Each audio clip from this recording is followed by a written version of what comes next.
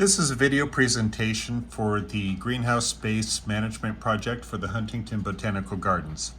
What we're looking here is a 2D map of the greenhouse nursery spaces that are primarily what I'm going to focus on for the presentation. There's other locations, but you'll get the point from this location.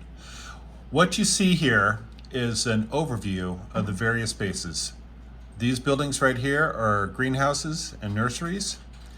Out here is the desert section, and they're indicated by three feature classes: floor level, bench level, hanging level. And each level is color coordinated with which curator has which space. For example, orange is the orchid section, purple is the desert section.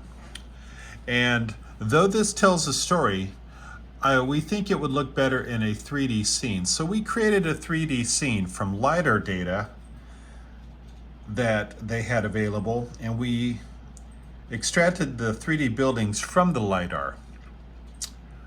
What we have yet to do is to create multi-patch 3D objects of the three feature classes. And the reason I would like to do that is, if you notice right here, this is the ground level of one of the feature classes. It'll paint here in just a second. You'll see the ground level right here, and that will show on the floor. However, how do you indicate in a 3D scene a bench level?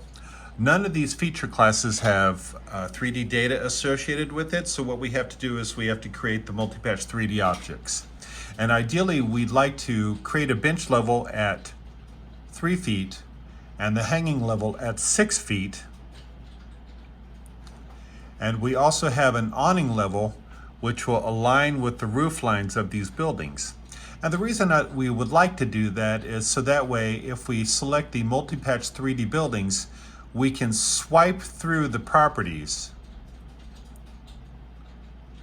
We can swipe through the properties and have a look at the various spaces. And once this information is populated, it'd be very easy to visualize. There's a lot of work left to do on this project, not only creating the multi-patch 3D objects, but we also have to create a presentation layout and make this available in an ArcGIS dashboard, and also make this available in a story map. And the reason why we're going to put this in a story map is the swipe capabilities of an ArcGIS story map. So in a nutshell, we have a 3D scene with multi-patch 3D buildings and yet to be completed multi-patch 3D objects for the feature layers.